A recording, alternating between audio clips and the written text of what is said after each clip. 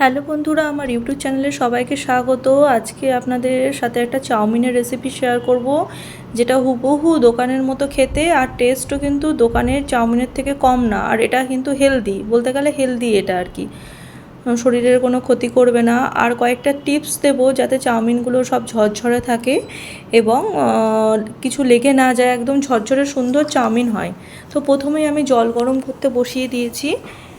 তো এখানে অনেকটাই জল নিয়েছি আমি, পরিমাণ একটু বেশি করে নিতে হবে। ওর মধ্যে আমি একটু লবণ দিয়ে দেবো, কারণ চাউমিনের মধ্যে আমি পরে লবণ ব্যবহার করব না। আর একটু সাদা তেল দিয়ে দেবো। এতে কি হবে, চাউমিনগুলো জল ফুটতে শুরু হলে চাউমিনগুলো দেবো, এতে কি হয়, চাউমিনগুলো খুবই ঝরঝরে হয়। তারপরে চাউমিনগুলো কিন্তু সেদ্ধ হয়ে গেলে আমরা ঠান্ডা জলে ভালো করে ধুয়ে নেব।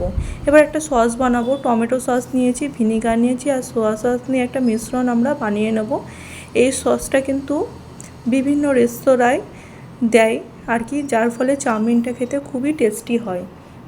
এবার তারপরে কড়াইয়ে অল্প পরিমাণ তেল নিয়ে গাজর কুচিটা আগে ভেজে নেব, কারণ গাজরগুলো ভাজতে একটু টাইম লাগে। গাজরের সাথে অন্যান্য ভেজিটেবল দিলে সেগুলো পুড়ে যেতে পারে। গাজরটা একটু ভাজা ভাজা হয়ে যাওয়ার পর তো আপনার এর মধ্যে আমরা পেঁয়াজ কুচি দিয়ে দেবো। হাফ ভাজা হয়ে যাওয়ার পর পেঁয়াজ কুচি দিয়ে দেবো। পেঁয়াজ কুচিটা দিয়ে একটু নাড়াচাড়া করে নিয়ে আমরা এর মধ্যে পরিমাণ মতো, যে যেমন ঝাল পছন্দ করে সেই মতোই লঙ্কা, কিন্তু লঙ্কাটা একটু বেশি পরিমাণ দিলে আমার কাছে এটা খুবই ভালো লাগে। লঙ্কার গন্ধটা আমার কাছে খুবই টেস্টি লাগে, আর খুবই এর মধ্যে আলাদা করে তো কোনো ঝাল দেওয়া হচ্ছে না, তো এই লঙ্কার ঝালেই যা ঝাল হবে চাউমিনটা, সেটা আপনারা বুঝে দেবেন। ছোটো বাচ্চা খেলে কম দেবেন। এবার কি অল্প অল্প করে একটা বড় পাত্রে আমরা ভাজা ইয়েটাকে নিয়ে নিচ্ছি, ভাজা সবজিটাকে নিয়ে আমরা এর মধ্যে অল্প অল্প করে চাউমিনটা অ্যাড করব, কারণ একসাথে দিলে কিন্তু আমাদের চাউমিনগুলো লেগে যেতে পারে। এই জন্য এই প্রসেসটা আপনারা যদি ফলো করেন তাহলে চাউমিনগুলো কিন্তু অত্যাধিক ঝরঝরে হবে, একদম দোকানের মতো খেতে হবে।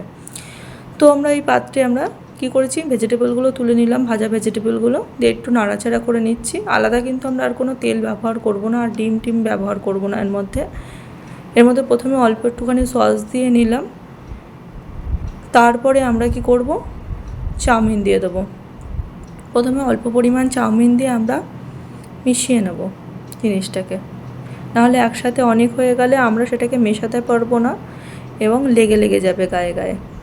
তাই অল্প চাউমিন দিয়ে আমরা সমস্ত সবজিটাকে ভালো করে মিশিয়ে নেব, এতে খেতে খুব সুন্দর হবে।